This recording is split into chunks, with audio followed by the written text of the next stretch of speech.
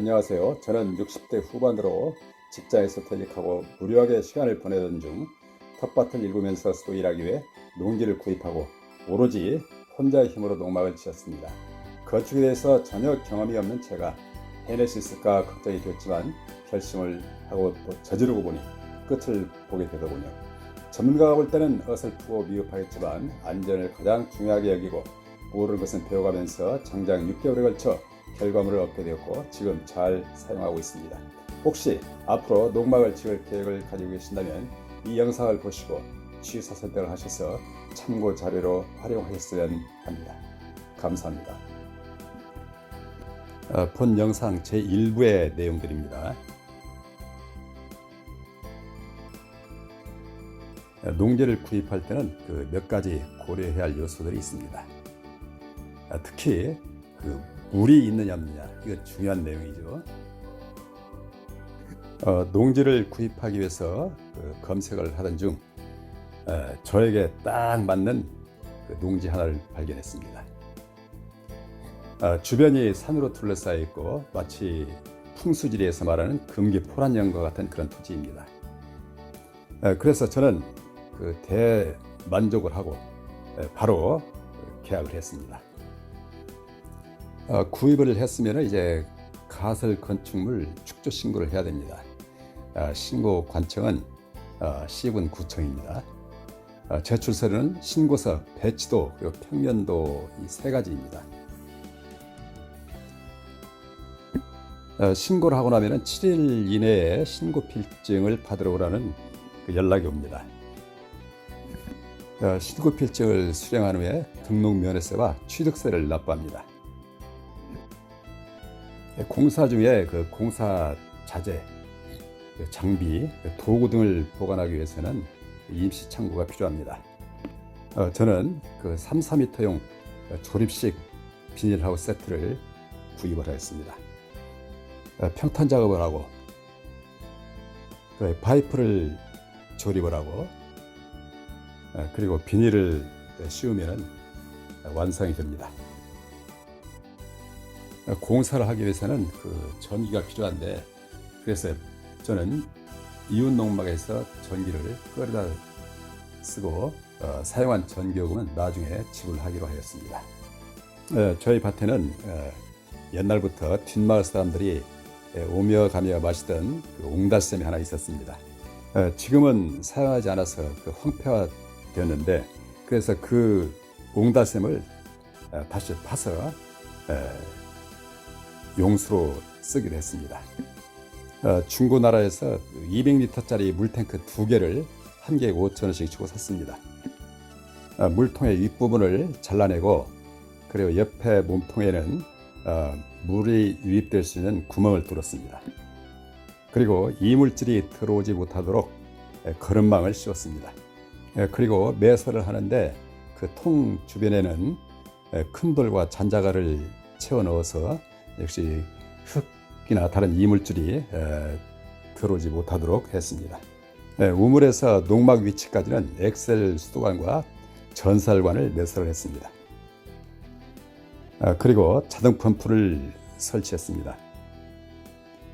이제 마지막으로 야외 수도장과 우물 보호용 박스를 만들어서 설치를 했습니다. 물 상태가 어떤지 한번 받아보겠습니다. 물이 잘 나오네요. 물도 아주 깨끗한 편입니다. 설계는 설계 프로그램인 스케치업을 사용을 했는데 무료 버전을 사용을 했습니다. 설계에 대해서는 전혀 아는 바가 없고 문외한이라서 하나하나 익혀가면서 설계를 했는데, 이건 농막 축조 신고 전에 미리 설계를 해놨습니다. 그런데 나중에 담당자가 다락과 데크는 설치가 불가하다고 해서 다시 그걸 폐기 처분하고 새로 설계를 해야만 했습니다.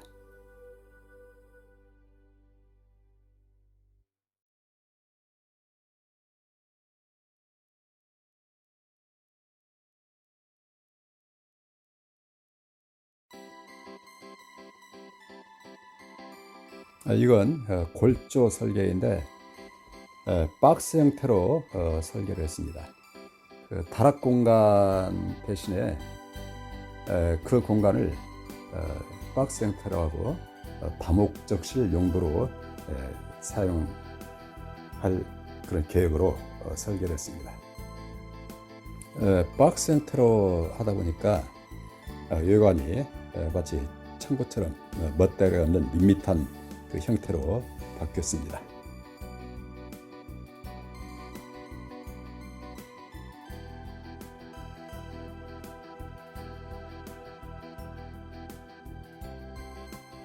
드디어 실제로 공사가 시작이 되었습니다. 공사에 사용된 자재와 도구들입니다. 설계도에 따라서 그 주추의 위치를 선정을 하는데 고추 지대를 가지고 표시를 해두었습니다. 주추는 그 배수 주름관 9개를 가지고 그 속에 몰타를 부어서 만들었습니다. 땅속에 단단히 고착이 되도록 철근을 끼웠는데 철근이 좀 짧죠. 수평은 그 실리콘 물 호스를 이용을 해서 수평을 잡았습니다. 9개의 그 주추관에 물 높이를 표시를 합니다. 위 끝에서 그 물 높이까지 U자형으로 오려냅니다. 몰타를 물개에서 U자 홈으로 흘러내리게 합니다. 그리고 일주일 정도 충분히 양생을 시켰습니다. 정화조 공사는 계획이 없는데 정화조 관은 만일의 경우를 대비해서 묻어뒀습니다.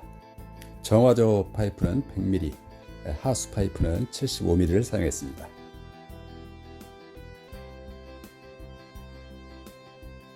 이제 골조 공사에 들어갑니다.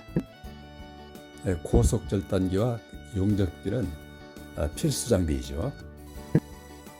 용접기는 KH200이라는 그런 모델을 썼는데 이것은 초보자에게 아주 편리한 용접기입니다. 왜냐하면 그 스위치가 있어가지고 용접봉을 뗐다 붙였다 할 필요가 없습니다. 이 고속절단기는 각관을 자를 때 아주 편리한 그런 장비입니다. 바닥 골조는 수평이 아주 중요하죠. 수평이 잘 맞아야 됩니다. 1층과 그 다락층 기둥을 하나로 쓰면 좋은데 혼자 하기 때문에 너무나 무거워서 분리해서 작업을 했습니다. 들보를 올릴 때 그 한쪽을 클램프와 밧줄을 이용해서 고정을 하고, 그리고 나머지 반대쪽도 똑같은 방식으로 클램프와 밧줄을 이용해서 고정을 하고 용접을 합니다. 이제 직육면체가 완성이 되었네요. 용접을 할 때 저와 같이 클램프로 고정을 하고 용접하면 아주 편리합니다. 저와 같이 그 패널 받침을 따로 그 설치하는 이유는 누수 차단과 그 단열에 좋기 때문입니다. 화장실과 출입구가 거실 바닥보다 10cm 낮은 것은 문을 열었을 때 신발이 문에 걸리지 않도록 하기 위해서입니다. 그리고 그 강풍이나 태풍에 또 안전하도록 주추와 그 각관은 앵커로 고정을 했습니다. 각관 그 조각을 덧대고 클램프로 고정한 다음에 용접을 합니다. 다용도실 바닥도 완성이 됐네요.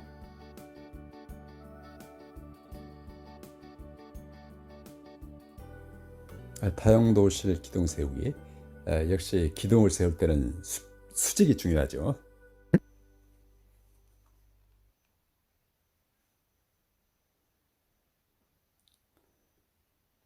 자, 기둥이 4개가 섰습니다.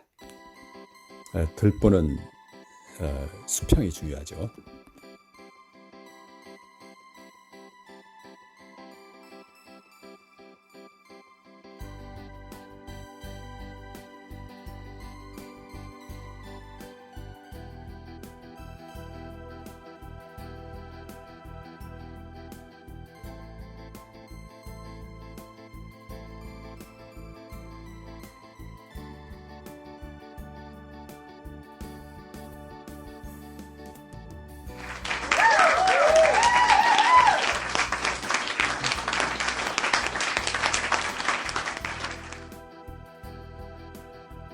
자, 이제 지붕을 올립니다. 소요 자재 및 장비입니다. 자재 산출은 정확해야 남거나 모자라지 않습니다. 지붕 패널을 올릴 때도 역시 클램프가 그 효자 도구입니다.